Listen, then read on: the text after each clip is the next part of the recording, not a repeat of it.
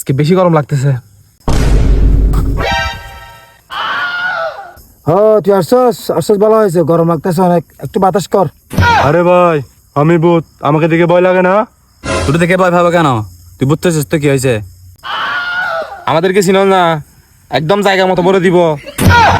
নিচের দুটা কুলে মার্বেল খেলবো।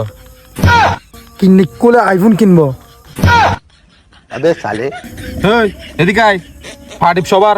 প্লিজ আমাকে ক্ষমা করে দাও, প্লিজ প্লিজ আমাকে ক্ষমা করে দাও। हे हरि राम कृष्ण जगन्नाथ प्रेमानंद ये क्या हुआ?